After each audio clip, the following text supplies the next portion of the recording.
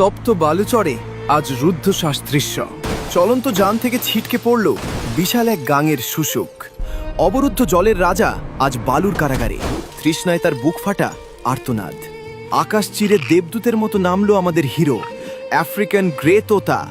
বন্ধুকে উদ্ধারে সে আপ্রাণ কসরত চালালো, কিন্তু কয়েকশো কেজির ভার তার ক্ষুদ্র দানায় যেন দুর্লঙ্ঘ পাহাড়।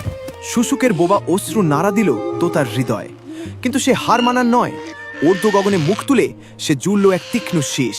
প্রকৃতির দরবারে সাহায্যের ঐশ্বরিক আহ্বান। নিমেষেই আকাশ ছেয়ে গেল সাদা বক আর মাছরাঙায়। ডলফিনকে নদীতে ফেরানো অসম্ভব, তবে নদীকেই আনতে হবে ডলফিনের কাছে। রচিত হলো অভাবনীয় মাস্টার প্ল্যান।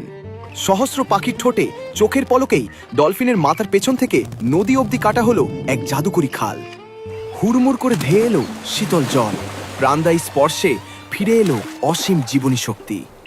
খালের বুক চিরে নদীতে ফিরেই শূন্যে বিশাল লাফে বন্ধুদের জানালো পরম কৃতজ্ঞতা।